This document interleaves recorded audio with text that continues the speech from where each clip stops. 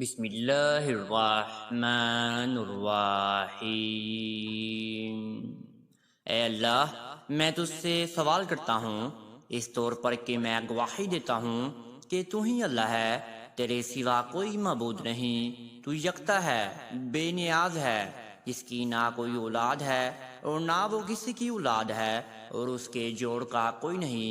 میرے پیارے بہن اور میرے پیارے بھائیوں، آپ سب کو میری طرف سے پہلے السلام علیکم ورحمۃ اللہ وبرکاتہ، اور میں یہ امید کرتا ہوں کہ آپ سب اللہ رب العزت کی حفظ و امان میں اور اللہ پاک کی خیر و عافیت میں ہوں گے۔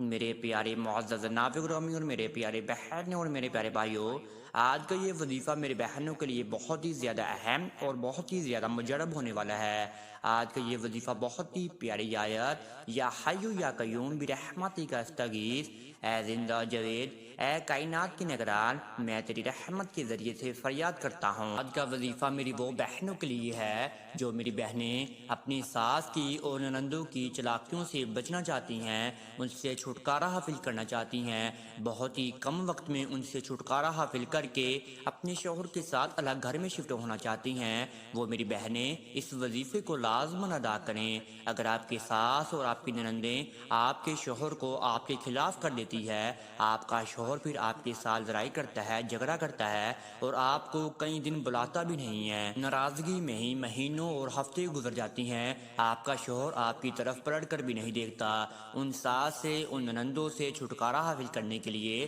آپ نے اس وظیفے کو لازماً ادا کرنا ہے۔ صرف اور صرف آپ یہ وظیفہ ساس اور ننندوں سے چھٹکارا حاصل کرنے کے لیے کر سکتے ہیں۔ اگر آپ اپنے کسی عزیز و اقارب یا اپنے دشمن سے چھٹکارا حاصل کرنا چاہتے ہیں، ان سے نجات حاصل کرنا چاہتے ہیں، تو آپ اس وظیفے کو ہرگز ادا نہ کریں۔ آپ یہ وظیفہ صرف اور صرف ساس اور ننند سے چھٹکارا حاصل کرنے کے لیے، ان کے ظلم سے بچنے کے لیے، ان کے شر سے محفوظ رکھنے کے لیے، اپنے بچوں کو، اپنے شوہر کو اور اپنے آپ کو جادو ٹونے سے محفوظ رکھنے کے لیے آپ اس وظیفے کو ادا کر سکتے ہیں۔ اگر آپ ہمارے چینل پر نیو آئے ہیں تو آپ سب سے پہلے چینل کو سبسکرائب کر دیجئے اور بیل کے آئیکن کو دبا دیجئے، کیونکہ آنے والی ہر ویڈیو کو نوٹیفیکیشن آپ سب میرے پیارے بہن اور میرے پیارے بھائیوں کو ملتا رہے۔ اگر میری بہنیں اس وظیفے کی عام و خاص اجابت چاہتی ہیں تو آپ سب سے پہلے 5 مرتبہ درود ابراہیمی پڑھ کر کامنٹس میں ڈن لکھ دیجئے یا جزاک اللہ لکھ دیجئے، آپ کو اس کی اجابت عام مل جائے گی،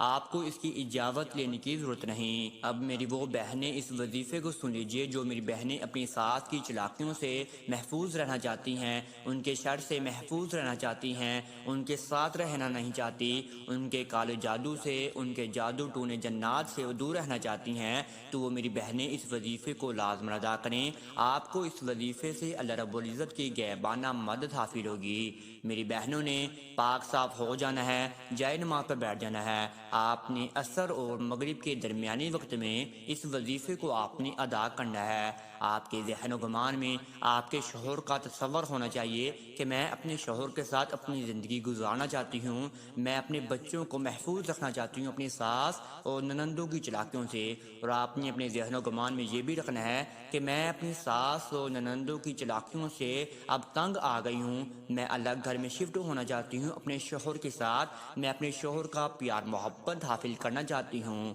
آپ سب میرے بہنوں نے پاک صاف ہو جانا ہے، کسی بھی آپ دن یہ وظیفہ شروع کر سکتے ہیں، لیکن آپ نے یہ وظیفہ مکمل 2 ہفتوں تک آپ نے ادا کرنا ہے، یعنی کہ 14 دن تک آپ نے کسی بھی دن اس وظیفے کو شروع کر لینا ہے۔ آپ نے عصر اور مغرب کے درمیانی وقت میں اس وظیفے کو ادا کرنا ہے۔ اگر آپ پہلے دن یعنی کہ جمعے کے دن آپ اس وظیفے کو ادا کرنا چاہتے ہیں تو آپ کے لیے زیادہ بہترین وقت ثابت ہوگا۔ آپ عصر اور مغرب کے درمیانی وقت میں کسی اور بھی دن کر سکتے ہیں، لیکن اگر آپ جمعے کے دن ادا کریں گے ان وقتوں میں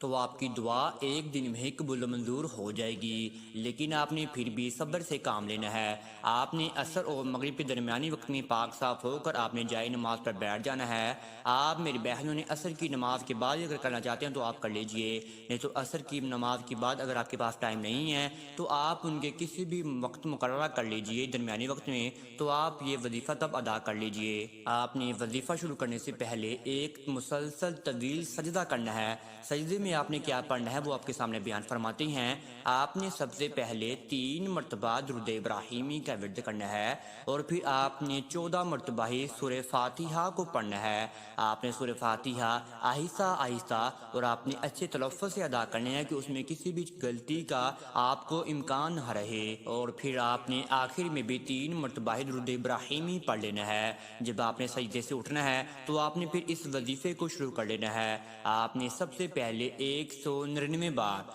199 ٹائمز آپ نے درود ابراہیمی کا ورد کرنا ہے۔ یہ وظیفہ بہت ہی مجرب وظیفہ ہے، تھوڑا لمبا ہو جائے گا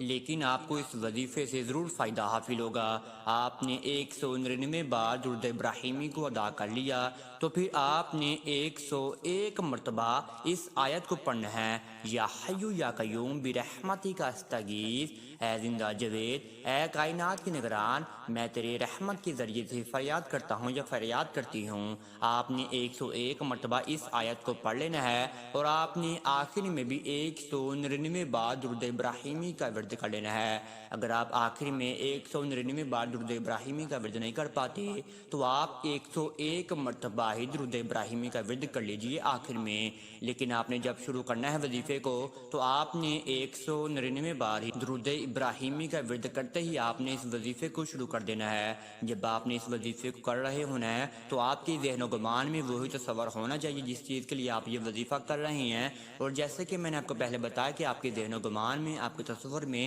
کیا چیز ہونی چاہیے اور کیا چیز آپ کے ذہن و گمان میں نہیں ہونی چاہیے۔ اس وظیفے کو کرنے کے بعد آپ کا ذہن و گمان سکون میں ہو جائے گا، آپ کی بے چینی ختم ہو جائے گی، لیکن اس میں شرط یہ ہے کہ آپ نے سکون سے اس وظیفے کو ادا کرنا ہے۔ اگر آپ تنہائی میں اس وظیفے کو ادا کرنا چاہتے ہیں تو آپ کے لیے بہترین وقت تنہائی کا ہی ہے، لیکن اگر آپ عصر اور مغرب کے درمیان کرنا چاہتے ہیں تو آپ عصر کے مغرب کے درمیان وظیفہ کر لیجئے۔ اگر آپ تنہائی میں کرنا چاہتے ہیں یعنی عشاء کی نماز کے بعد کرنا چاہتے ہیں وہ بھی آپ کے لیے اچھا وقت ہے۔ اگر آپ کسی کے سامنے نہیں کر سکتے تو آپ تنہائی میں کر لیجئے۔ اگر آپ کسی کے سامنے بھی اس وظیفے کو ادا کرنا چاہتے ہیں اور عصر کے اور مغرب کے درمیانی وقت میں بھی آپ اس وظیفے کو ادا کر سکتے ہیں، آپ نے اس وظیفے کو ادا کرنے کے بعد آپ نے اپنے اللہ رب العزت کے سامنے ہاتھ اٹھا لینے ہیں، رونا ہے، گڑ گڑانا ہے، اپنی خواہشات بیان فرمانی ہیں، اپنی ساس کی، اپنی ننندوں کی چلاکیاں بیان فرمانی ہیں۔ اللہ رب العزت ہماری شارک سے بھی زیادہ قریب ہے، اللہ رب العزت ہمارے سے بہت پیار کرتے ہیں، اللہ رب العزت ہماری ہر چیز کو جاننے والے ہیں، لیکن آپ نے اپنی گنہگار زبان سے بھی اپنی غلطی کا اعتراف کرنا ہے، اپنی ساس کی، ننندوں کی باتوں کو آپ نے بتانا ہے، آپ نے اللہ رب العزت کی حمد و ثنا بیان فرمانی ہے اور اللہ رب العزت کے لگاتار اپنی دعا مانگتی رہا کرنی ہے۔ یہ مسلسل وظیفہ آپ 14 دن تک کریں، 2 ہفتوں کے بعد آپ ہمارے سے کامنٹس میں رابطہ کر سکتے ہیں۔ اگر آپ کو پھر بھی فرق نہ پڑا تو آپ کو کوئی نہ کوئی وظیفہ بتایا جائے گا آپ کی صورتحال کے مطابق۔ اب تک اتنا ہی، دعا میں یاد رکھیے گا، انشاءاللہ آپ کے ساتھ نیکسٹ ویڈیو میں ملاقات ہوگی۔ اللہ حافظ۔